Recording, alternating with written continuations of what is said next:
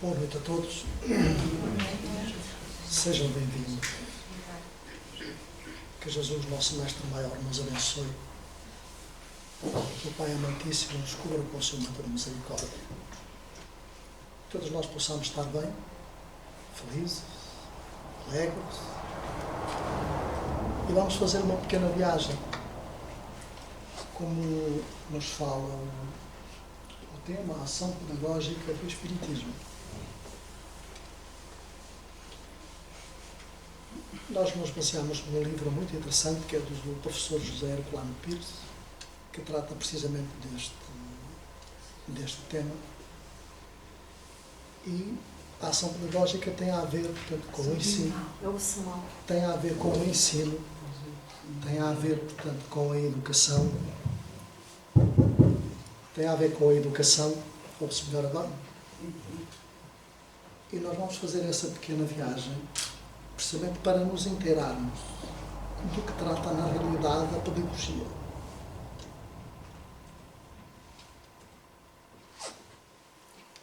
Então, Jean-Jacques Rousseau é considerado para muitos homens da ciência o pai da pedagogia moderna.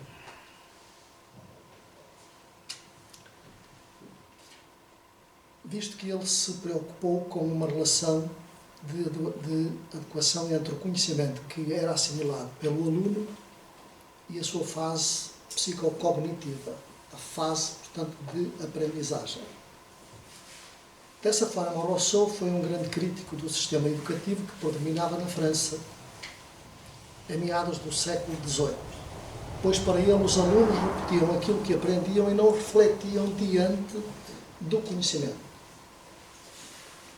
Então ele criou, portanto, uma nova estrutura, precisamente, não só os alunos aprenderem o que lhes era ensinado, mas refletir, fazer um exame sério daquilo que na realidade, portanto, lhes era transmitido.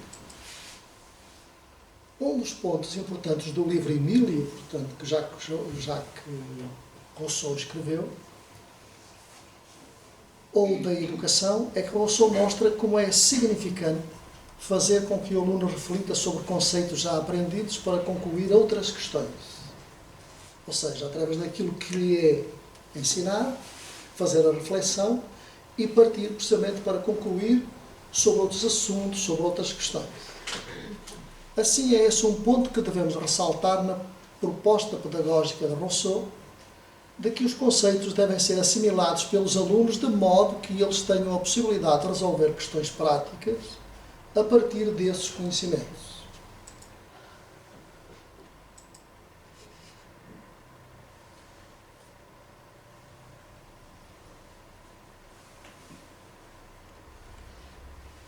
A pedagogia tem como objetivo o estudo da educação, buscando melhorar a qualidade dos processos de ensino e aprendizagem. É uma das características da pedagogia.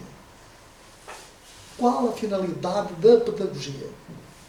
Tem ainda como objetivo principal a melhoria dos indivíduos através da reflexão, sistematização e produção de conhecimentos. Como ciência oficial, a pedagogia está conectada ou ligada com os aspectos da sociedade e também com as normas educacionais do país onde ela é praticada. Qual o conceito da pedagogia? É um conjunto de estratégias, métodos e técnicas de ensino com o objetivo de compreender a educação. E quais são as ciências auxiliares da pedagogia? São a psicologia, a sociologia, a filosofia, a antropologia e a logosofia. Portanto, logos, que vem de ensino, que vem de conhecimento, e sofia, que vem precisamente da filosofia. Continuando, qual a diferença entre a pedagogia e a didática, que é muito utilizada no ensino? Inclusive, nas nossas aulas, em especial não só nestas, mas nas aulas com os nossos jovens, com as nossas crianças. Então, a pedagogia é a ciência que tem como função o estudo da educação. E a didática consiste na técnica, portanto, de ensinar. Aquele que é educador, aquele que é professor, coloca a sua didática precisamente numa forma pré-estabelecida para ensinar. Então, trata-se de um ramo da pedagogia que tem como foco os métodos e técnicas de ensino para concretizar as diretrizes da teoria pedagógica.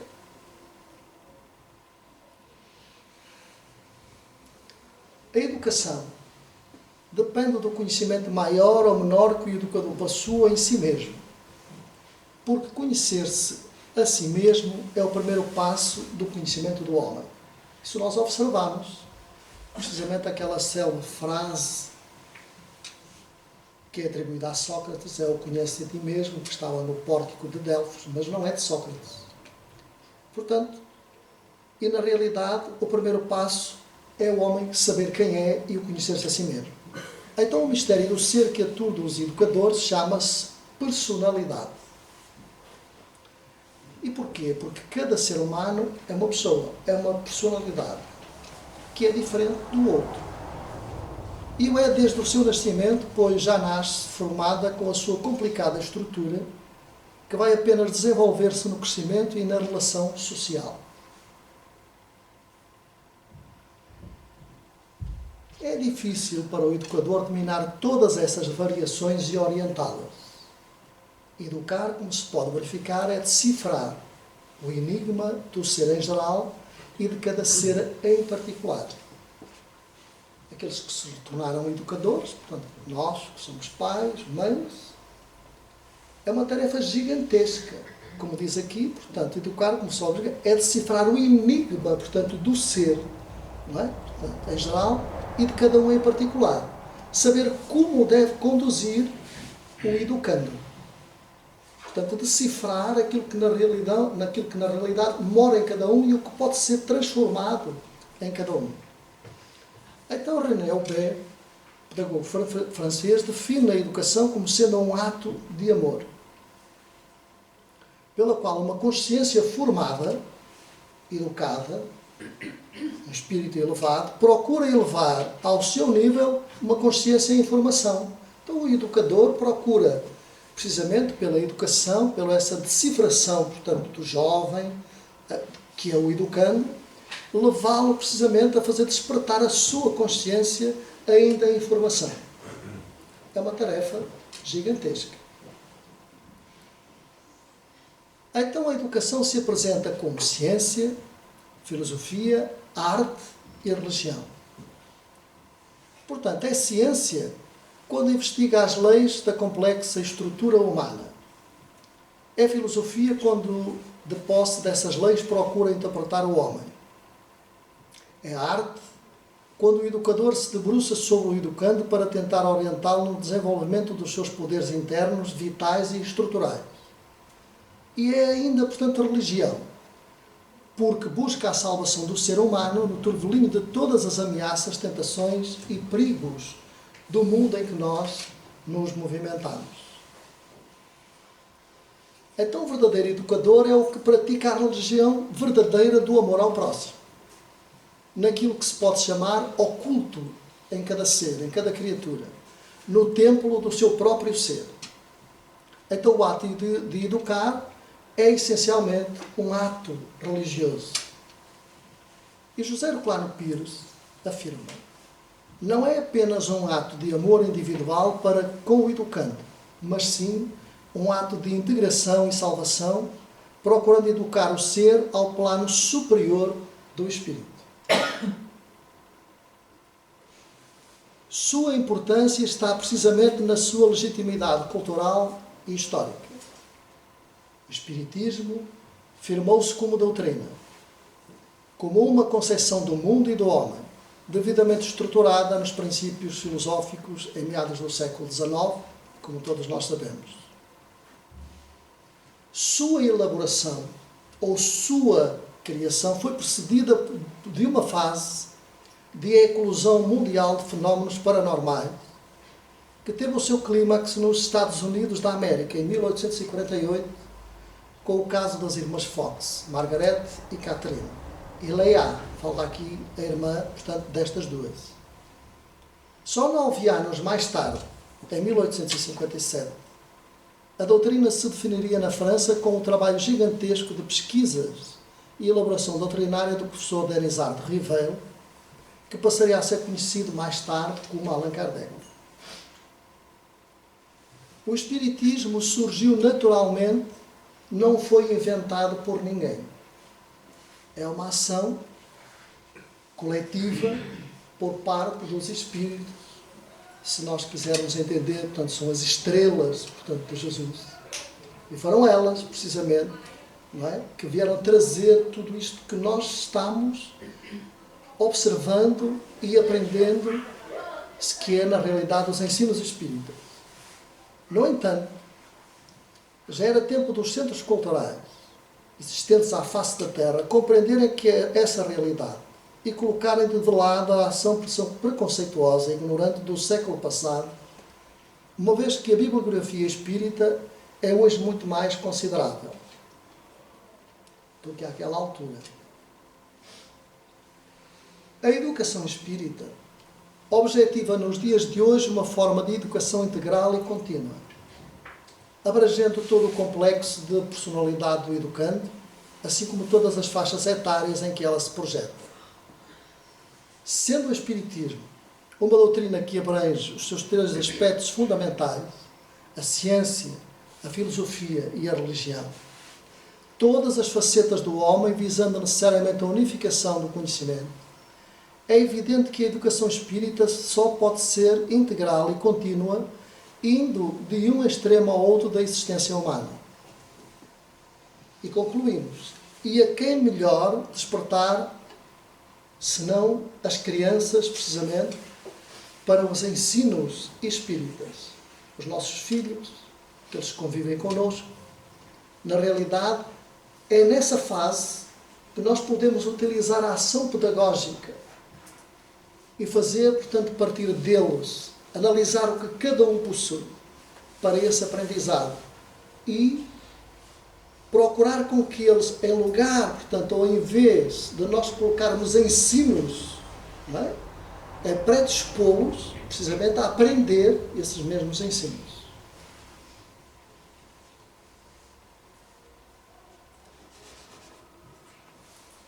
Antes, porém, que esses assuntos educacionais chegassem à compreensão do problema, as exigências pedagógicas da educação espírita já se faziam sentir.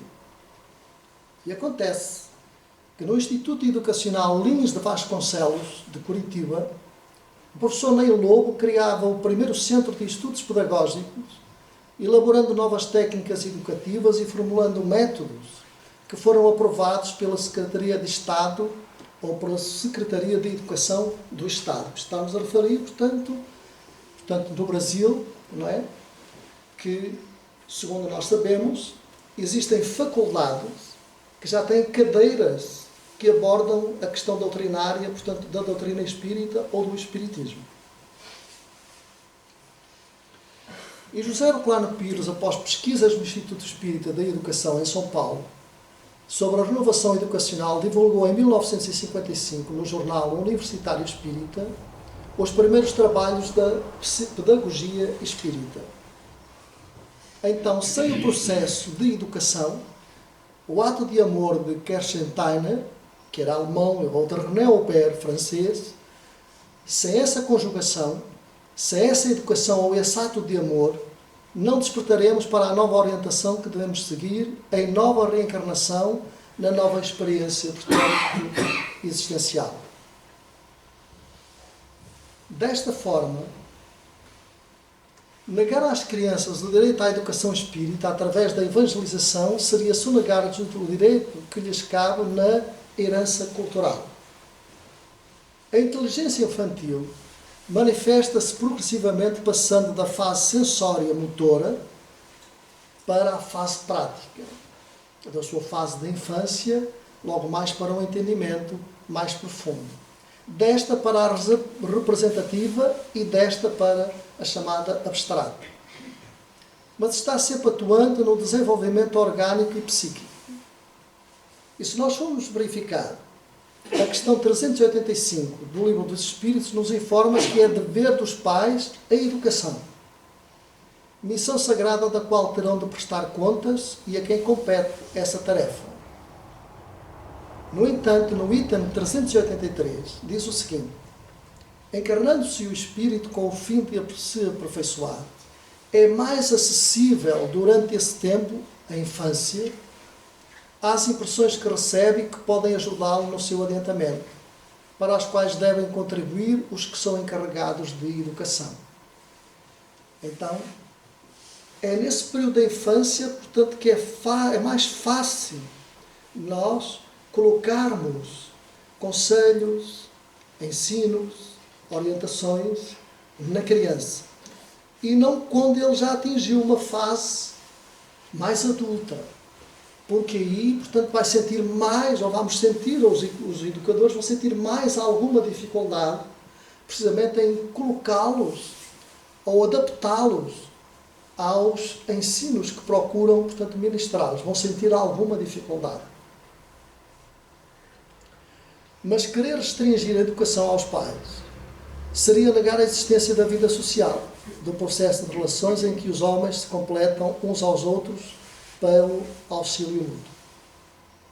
Ainda no item 685, Kardec, tratando dos problemas sociais, lembra a necessidade do desenvolvimento da educação e acentua, não da educação intelectual, mas sim da educação moral, que é essencial. Se pudermos conjugar as duas, seria fantástico, seria muito bom. Mas a educação moral, portanto, é fundamental, é imprescindível colocar precisamente na criança desde a sua infância. Mas também não só da educação moral pelos livros, mas sim daquela que transmite hábitos, porque a educação é um conjunto de hábitos adquiridos. Então, se nós ensinarmos às nossas crianças hábitos salutares, hábitos agradáveis, hábitos de educação, não tenhamos dúvidas que eles vão ser homens e mulheres também. Kardec assinala ainda num trecho da Revista Espírita, como em França, já no seu tempo, a educação espírita no lar iniciava a produzir maravilhosos efeitos. Lembrando que as crianças são espíritos encarnados, adultos que se revestem com aparência ou roupagem de inocência e que voltam à Terra iniciando uma vida nova. São espíritos encarnados, adultos que se revestem com uma aparência ou roupagem, portanto, de inocência. E é verdade. Os nossos jovens, as nossas crianças, só têm a aparência da inocência. Não são tão inocentes quanto aparentam. E a prova é que, à medida que eles vão crescendo, vai surgindo à flor da pele aquilo que cada um contém. E então há necessidade aí, precisamente, da educação. Os espíritos que voltam em famílias espíritas desde cedo recebem o auxílio de que necessitam. Têm no lar, portanto, educadores pressupostamente mais conscientes.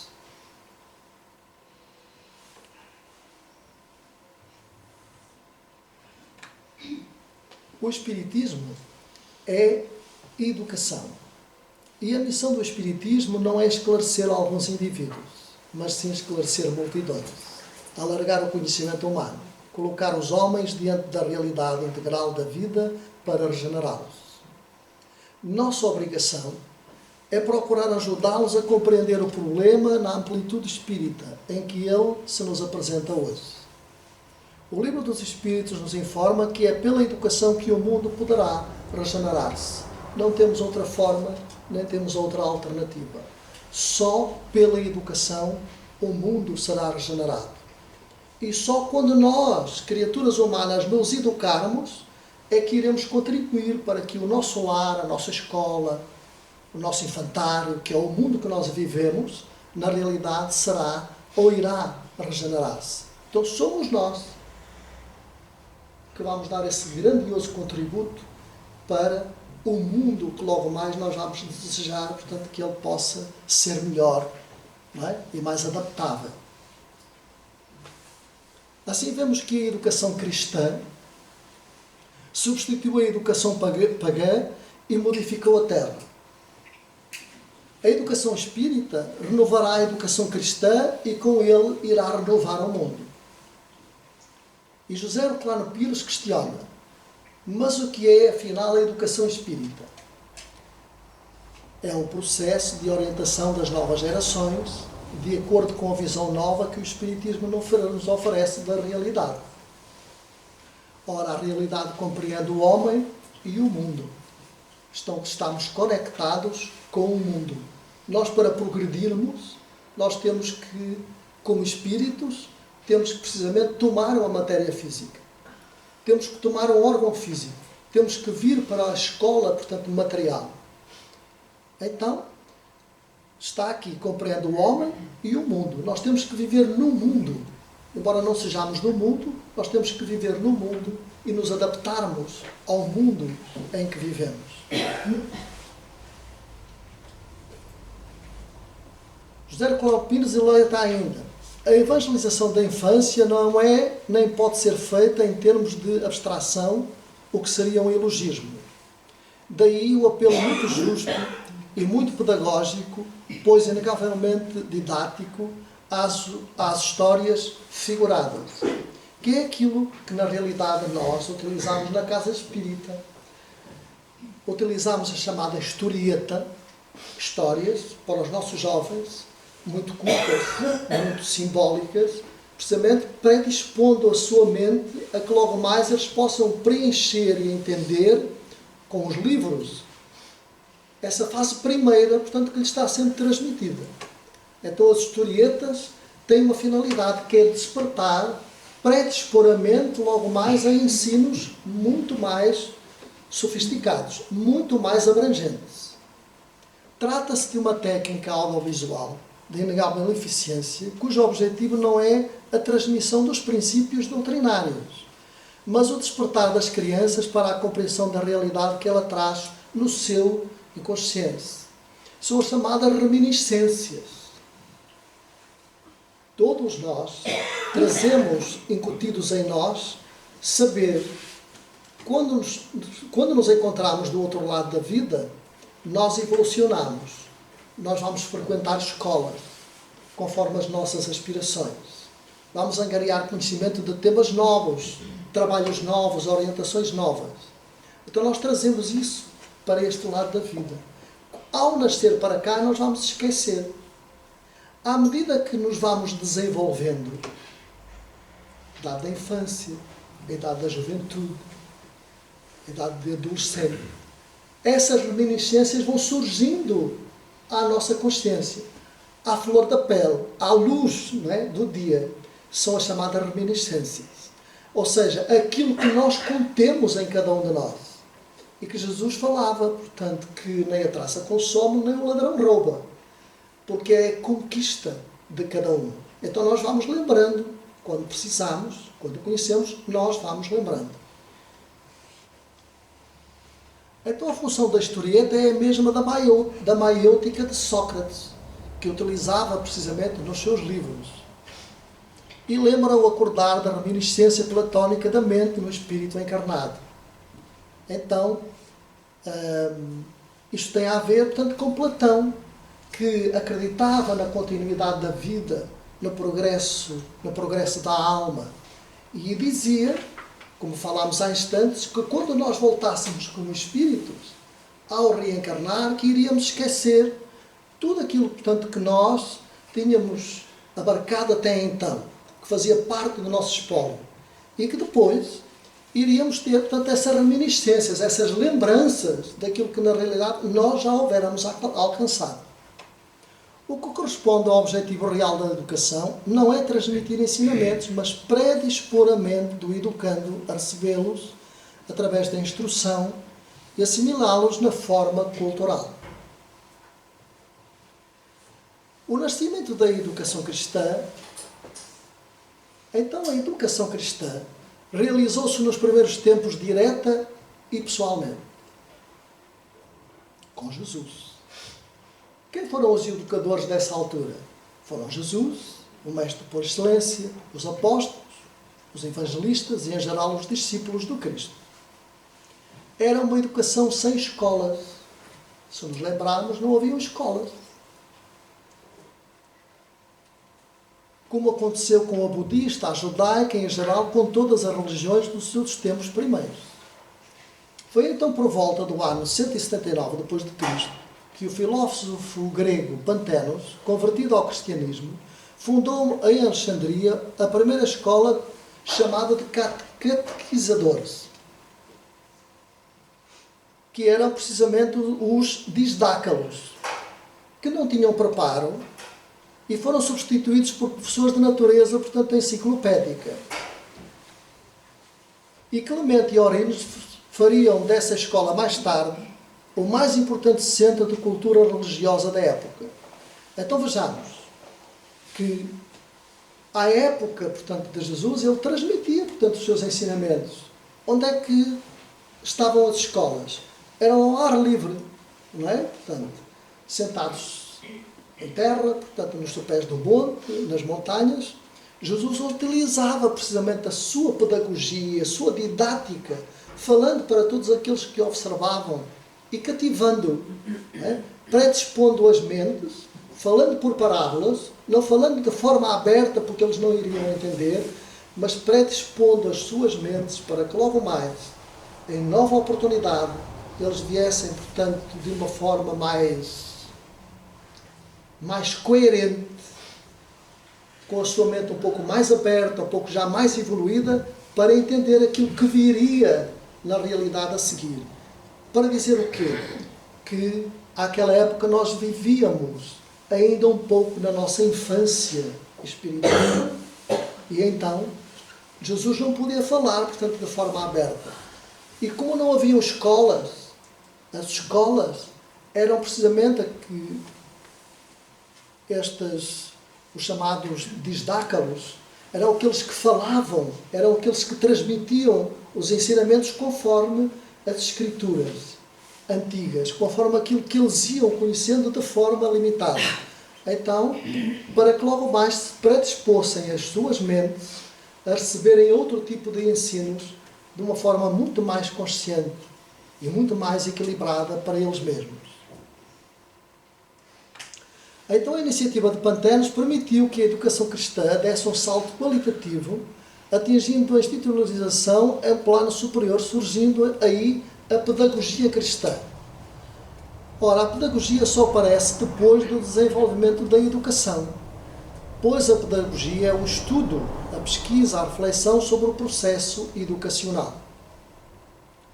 Então a educação cristã desenvolveu-se no meio da cultura clássica grego-romana, mas sob a influência pedagógica da educação judaica da anterior. As culturas grego, romana e judaica geraram historicamente a nova cultura cristã, que foi a que veio a seguir.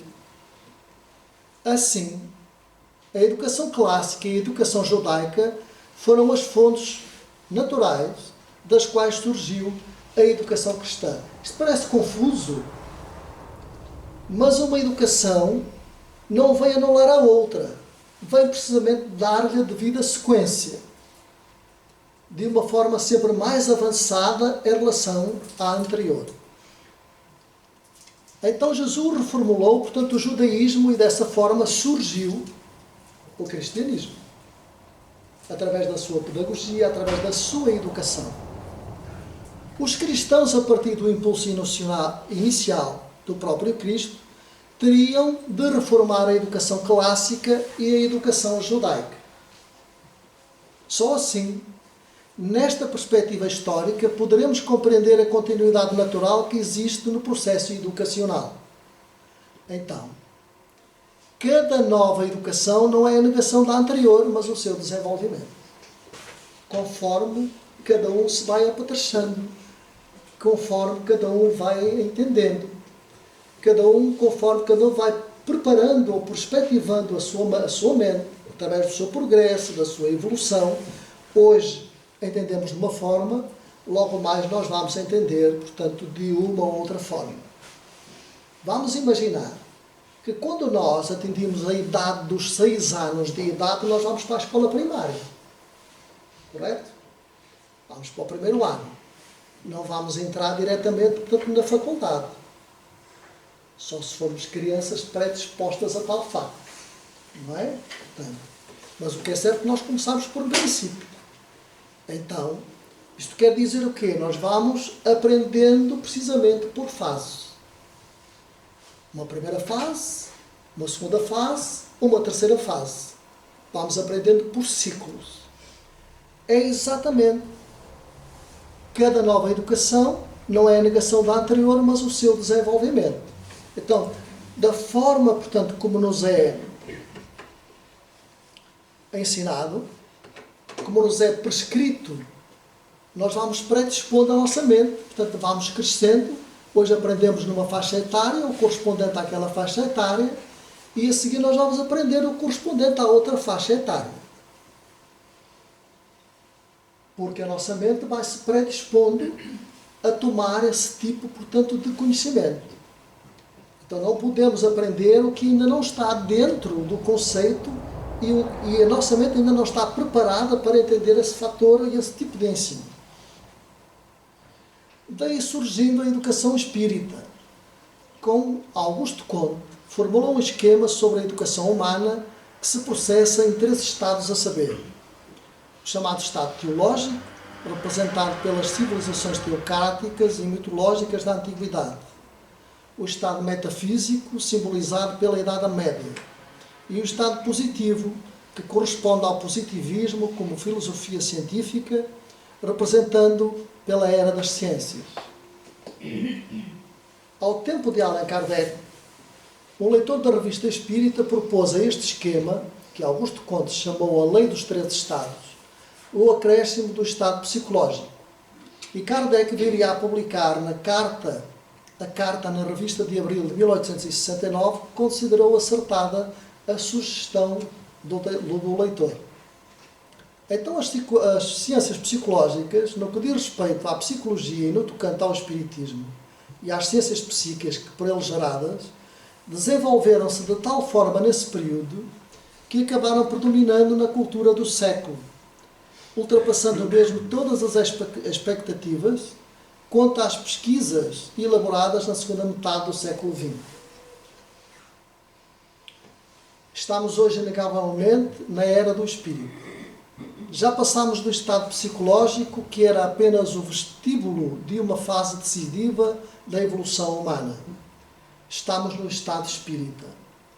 Analisemos o salto qualitativo em apenas alguns anos, de 1930 até aos nossos dias, ou seja, da psicologia animista reduzida às investigações do comportamento humano.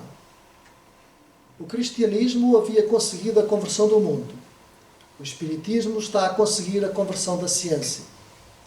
A visão dos novos cristãos modificou as relações humanas, mesmo nas áreas não dominadas pelo cristianismo, e criou uma nova cultura. A visão novíssima do espiritismo deu novas dimensões à visão cristã e está a criar uma nova civilização. O grande contributo de Allan Kardec aconteceu em 1854. O professor Denis Ardrey começou a investigar os fenómenos psíquicos que 9 anos antes haviam abalado os Estados Unidos. Discípulo de Pestalozzi, o grande pedagogo da época, suíço, também ele se interessou por todos os fenómenos que pudessem dar-lhe um conhecimento mais profundo da natureza humana. E a 18 de abril de 1857 lançava em Paris o Livro dos Espíritos como primeiro fruto das suas pesquisas. Havia então descoberto o espírito. Determinada a sua forma, a sua estrutura, as leis naturais e não sobrenaturais que regem suas relações com a matéria, afirmando que o homem é espiritual, que sobrevive à morte, que possui um corpo energético e se submete ao processo biológico da reencarnação para evoluir como ser. A obra psicológica e didática de Allan Kardec é enorme e foi adotada pela Universidade da França e ainda hoje, portanto, se encontra em vigor. O Espiritismo, diziam-lhe os espíritos, tem por missão modificar o mundo inteiro. Afirmava que o ensino espírita, como qualquer outro, devia ser sistematizado com cursos regulares de educação espírita e acrescenta: o espiritismo é uma ciência da qual resulta naturalmente uma filosofia e uma religião, os seus 3 aspectos. A pedagogia de Jesus, o que revela a existência de um pensamento pedagógico na orientação educacional, dada por um mestre, não são os seus títulos, são as coordenadas e a estrutura dos seus ensinos. Toda a pedagogia se funda numa filosofia. Esta é a própria essência do cristianismo. Fornece a Jesus as diretrizes do seu ensino. Então Jesus é um modelo perfeito de um mestre cristão. E Clemente de Alexandria chamava-o de pedagogo da humanidade. O Mestre Jesus, com a sua ação pedagógica, nos leva a comparar o Deus do Velho Testamento com o Deus do Novo Testamento, nos mostrando a diferença entre o mundo judeu e o mundo cristão. O Deus de Jesus é o Pai de todas as criaturas, sem distinção de raças ou de posições sociais. Demonstra-nos pela nova visão que os pobres, os doentes, os sofredores, os escravos deixam de ser os condenados dos deuses e passam à categoria de bem-aventurados. A virtude não está na bravura, no heroísmo sangrento, mas na paciência e no perdão. O céu não será conquistado pela violência, mas todos nós devemos contribuir para implantar o reino de Deus na matéria. A vaidade e a ambição devem dar lugar à humildade e à renúncia. Como podemos verificar, a sua pedagogia era e é a da esperança, e Francisco Arroio, na sua História Geral da Pedagogia, nos diz: Jesus possui todas as qualidades de educador perfeito. Os recursos pedagógicos de que se serve conduzem o educando com feliz e profunda alegria à verdade essencial dos seus ensinos. Os ensinos de Jesus são sempre adaptados aos ouvintes. Pronuncia palavras compreensíveis para todos, recorrendo a imagens e parábolas. A pedagogia do Mestre Jesus é gradual, ou seja, semeia e espera que as sementes germinem e frutifiquem. Tenho muito mais para vos dizer, mas vós não os podeis suportar agora. Seus ensinos têm o toque de autoridade, como ele afirmava: eu sou o caminho, a verdade e a vida. Todo o poder me foi confiado. Depois de um período obscuro da Idade Média, em que a categoria do natural era fundamento do ensino de Jesus, desaparecera, eis que nos alvores do século XIX, a pedagogia filantrópica, que é o ensino a serviço da caridade, e sua didática é o amor, cujo herói e mártir é Pestalozzi, faz surgir a pedagogia de Jesus, que a transmite a Allan Kardec. Por isso verificamos que a didática de Kardec seguirá a mesma linha naturalista de Jesus, com linguagem simples nos métodos naturais e de intuição. A necessidade da pedagogia no Espiritismo é determinada por 2 ordens causais. Primeiro, a histórica. Nos diz que a pedagogia é um processo histórico de reflexão sobre a educação, para a elaboração dos sistemas educacionais cada vez mais espontâneos, com exigências da evolução humana. A pedagogia é, assim, a educação pensada, compreendida e aplicada segundo os critérios racionais.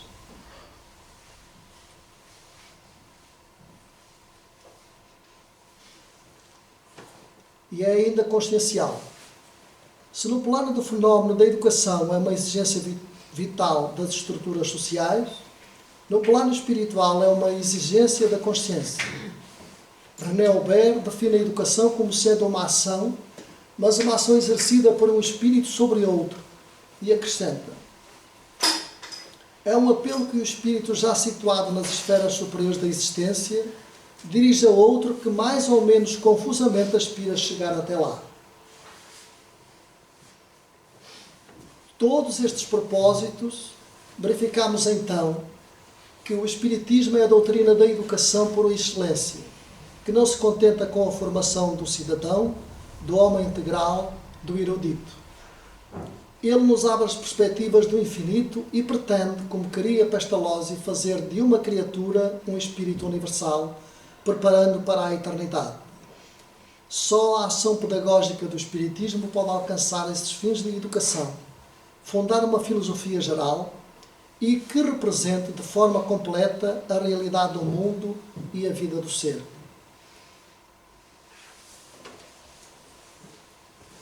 Nós falamos assim um bocadinho para chegarmos a tempo, para não atingirmos, não ultrapassarmos o tempo.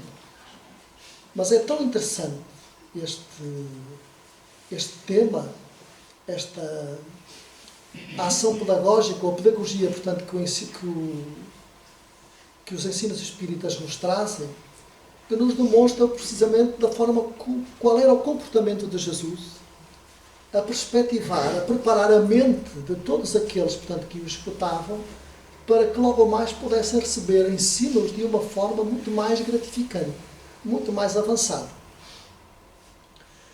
E o que é certo é que muitos de nós não sabemos se vivemos naqueles sítios, se percorremos aqueles caminhos, portanto, que Jesus houvera percorrido, mas, por certo, estávamos no mundo, ou de um lado, portanto, ou do outro, nós pertencemos ao mundo. E o que é certo é que àquela época nós não entendíamos, portanto, a ação. Na altura, portanto, provavelmente até nem se utilizava a palavra, portanto, pedagogia. Mas o que é certo é que Jesus, pelos ensinos espíritas que nos demonstra, ele tinha uma ação, portanto, pedagógica, da forma como ele ensinava, da forma como ele falava para aquela multidão, que cativava a multidão. Eram milhares de criaturas que se encontravam ali, portanto, ao seu redor, observando, sempre à espera de mais alguma coisa. E essa mais alguma coisa era precisamente o toque. Era poder, portanto, aguardar que dali pudessem receber algo que pudesse curar as suas enfermidades. Então, vejamos como Jesus utilizava a sua forma de pensar, a sua forma de olhar, de uma forma pedagógica, precisamente para que cada um pudesse receber o amparo que recebeu. Mas também sabemos que nem todos foram curados. Nem todos que foram apresentados a Jesus foram curados. E nós sabemos, precisamente porque não havia mérito na ação para que cada um pudesse receber precisamente essa ação. Não tem nada a ver com milagres. Tem a ver, portanto, precisamente com uma ação psíquica, com uma ação fluídica, portanto, que saía, portanto, do próprio Jesus. Mas as suas falas eram preponderantes. O seu falar, sem rispidez, mas conectados, portanto, com o Pai, ele tinha autoridade, precisamente, para exercer aquela ação. E não tenhamos dúvidas que logo mais, aquelas criaturas que ouviram as primeiras lições e quando partiram e quando voltaram, não tenhamos dúvidas que traziam suas mentes mais bem apetrechadas para ouvirem um pouco mais. Então, quando Jesus nos disse que nos enviaria o Consolador prometido, no tempo aprazado, no momento certo, ele surgiu, na realidade, com os ensinos espíritas. Na época certa, no momento exato. E não temos dúvidas que muitos daqueles que assessoraram de Jesus são aqueles que, na realidade, portanto, vieram a seguir, portanto, em meados do século XIX, com outra preparação. E aquelas mentes, portanto, que em meados do século XIX, voltamos a repetir, seriam as mesmas que, à época de Jesus, vivenciaram, portanto, os ensinos de uma forma, portanto, primitiva. Também à época de Jesus, eram aqueles mesmos, portanto, que tinham vivido 1500 anos antes, à época de Moisés. E se repararmos, aqueles que tinham vivido à época de Moisés também receberam ensinamentos de uma forma limitada. Ou seja, a ação pedagógica, portanto, de Moisés era limitadíssima, portanto, perante os ensinos que conhecia. aquilo que Moisés nos deixou, precisamente, foram as tábuas da lei, que fazem parte da lei, das leis de Deus. Quanto ao resto do Velho Testamento, foram leis, portanto, colocadas, portanto, exercidas, portanto, pelos homens. Leis que regulavam, precisamente, todo aquele povo que houvera sido libertado. Então, ele não podia ser muito abrangente, portanto, na sua forma de ensinar, na sua forma, portanto, de esclarecer. Que até é um pouco, portanto, violento. Moisés foi violento, foi um pouco rude, não é? Na mensagem, portanto, que passou para todos aqueles amigos. Que entretanto, tinha grande tarefa, o grande trabalho de os libertar. Mas aquilo que ele passou era de uma forma limitadíssima. Porquê? Porque na realidade era correspondente àquilo que aquela multidão estava apta, portanto, a conhecer. E que tinha passado, portanto, cerca de 400 anos num cativeiro, sofrendo a escravidão, bebendo determinados vícios, precisamente, daquele povo egípcio, portanto, de onde tinha sido retirado. Então vejamos que 1500 anos depois veio Jesus, com uma nova perspectiva, com uma nova fala, uma nova linguagem.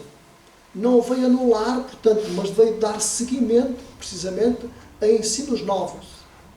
Tanto quanto em meados do século XIX, uma nova catadupa, não é, de ensinamentos, que é aquilo que na realidade nós estamos estudando.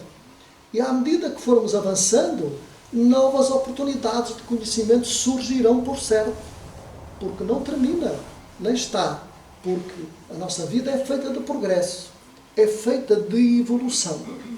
Então hoje entendemos de uma forma, logo mais vamos entender de uma ou outra forma. Então, e assim se faz a evolução. Queridos amigos, era o tema que nós trouxemos.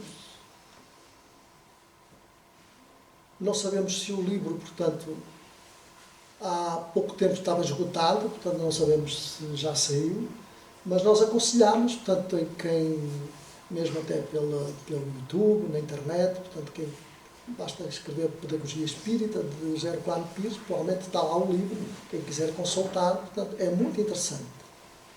E provavelmente, portanto, nos irá abrir assim um pouco mais a nossa mente para entender, portanto, um pouco mais a nossa finalidade e os ensinos espíritas e qual é a verdadeira razão da pedagogia espírita.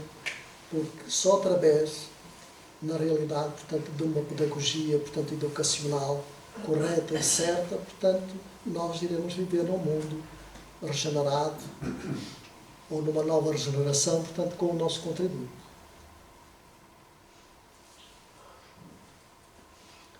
Vamos orar?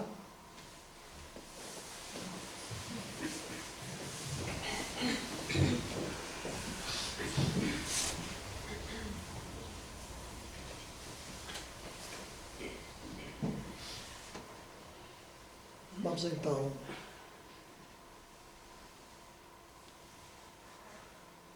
elevar os nossos pensamentos, as nossas mentes ao Pai amantíssimo, a Jesus, nosso Mestre maior.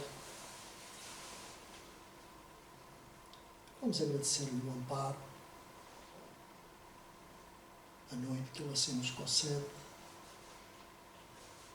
a ação benfeitora dos nossos queridos mentores espirituais, do nosso lar, dos nossos amigos, dos nossos companheiros de jornada. Rogando a Jesus o amparo para todos os nossos irmãos desencarnados que se possam fazer presentes, aqueles que possam estar passando pelas maiores dificuldades, aos nossos amigos, nossos irmãos que se encontram nas casas hospitalares, em seus lares, nas casas de saúde, nos centros hospitalares, nos presidiários. Vos pedimos, Senhor, que a vossa manta de misericórdia possa abraçar a todos, envolvendo-os, para que possam receber a bênção do amparo, o bálsamo gratificante, atenuando as dores, as emoções, as jogadas. Ampara-nos, Senhor. E a todos nós que aqui nos encontramos, que possamos refletir, Senhor, em nossos lares, em nossas tarefas, em todos os lares, rogando e suplicando o amparo para todos aqueles que neste momento possam estar passando pelas maiores dificuldades. Muito obrigado, Senhor. Que a sua luz se faça em cada lar, em cada mente, Senhor, hoje e sempre.